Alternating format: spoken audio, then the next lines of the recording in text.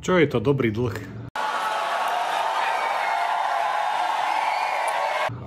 Je určite viac dobrých odpovedí na túto otázku, no dobrý dlh je taký, kedy si kúpil niečo, napríklad bývanie za nízky úrok. Nové bývanie v nedeľu o 17:50 na Jojke. A nízky úrok je všetko pod úroveň možno 4,5%. A ten dlh vieš splácať, teda to zvládaš, a nie je to pre teba nejaká veľká záťaž.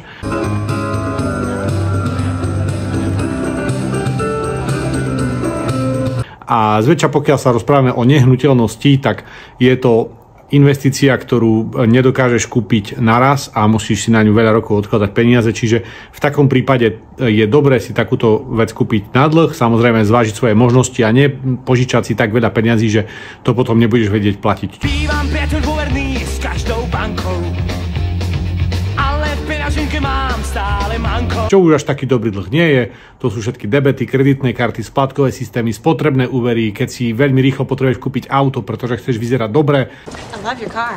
Yeah, it's mine. Ale ešte na to nemáš peniaze, toto nie sú dobré dlhy a toto nie je v poriadku.